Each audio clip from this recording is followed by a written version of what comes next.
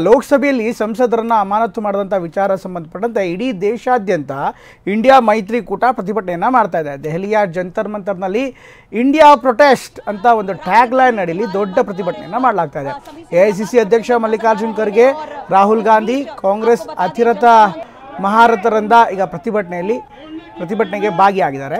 ಮೋದಿ ವಿರುದ್ಧ ಕಿಡಿಕಾಡಿರುವಂಥ ನಾಯಕರು ಈಗ ಒಗ್ಗಟ್ಟಿನ ಮಂತ್ರವನ್ನು ಜಪಿಸ್ತಾ ಇದ್ದಾರೆ. ಇನ್ನು ಬೆಂಗಳೂರಿನಲ್ಲಿ DCM DK ಶಿವಕುಮಾರ್ ಕೂಡ ಫ್ರೀಡಂ ಪಾರ್ಕ್ನಲ್ಲಿ ಪ್ರತಿಭಟನೆ ಮಾಡಿದರು.